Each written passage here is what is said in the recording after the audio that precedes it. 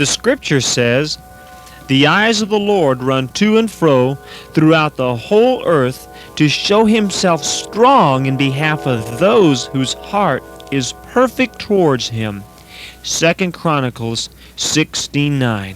Let me share a story with you that brings this scripture to life. In 1753, a young man by the name of George Whitefield was 19 years old. He worked in his mother's inn at Gloucester, England. His mother had for years saved every penny she could so that she could afford to send him to college. Well, he was now ready to go. He went to Oxford College in England and joined a Christian Holy Club.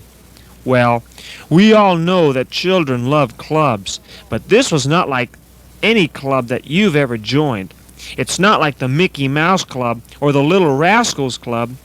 It was a club where students could go all out for God and do things like read the Bible for 2 hours a day, get up about 5 o'clock in the morning and pray for several hours, go without eating for at least 1 day a week, all kinds of things like that. Well, how about it? Would you like to join a club like that? Poor George Whitefield, even with all his devotion to God, he felt empty inside. He felt that Jesus was so far away.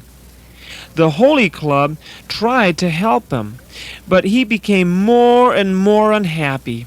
Even his friends tried to cheer him up, but it didn't help. In the end, George was left all dried up. He could not pray, read the Bible, or do anything spiritual. Finally, one day, when he was all alone in his bedroom, he threw himself upon his bed and he cried out, "I thirst! I thirst!" This was the first time that he'd ever cried to the Lord in a total broken-down condition like this. But all of a sudden, like the rush of a mighty wind, he became aware that he was happy.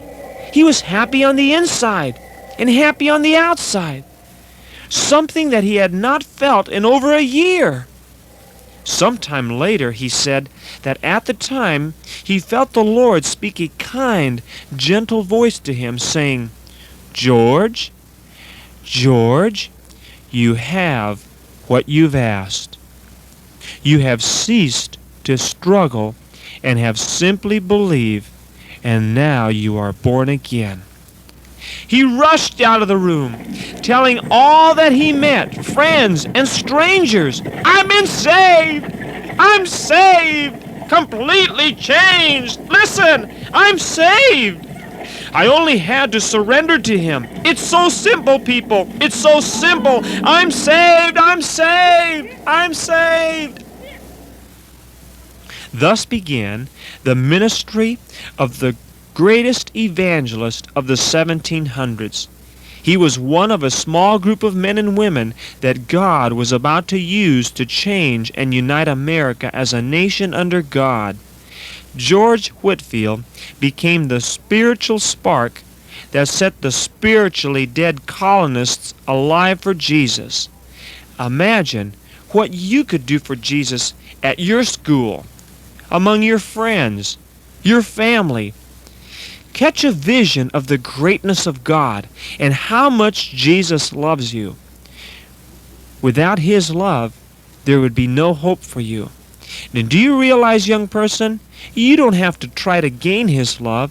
You need to accept His love and then love Him in return. Who knows, even perhaps you could become one of the greatest Christians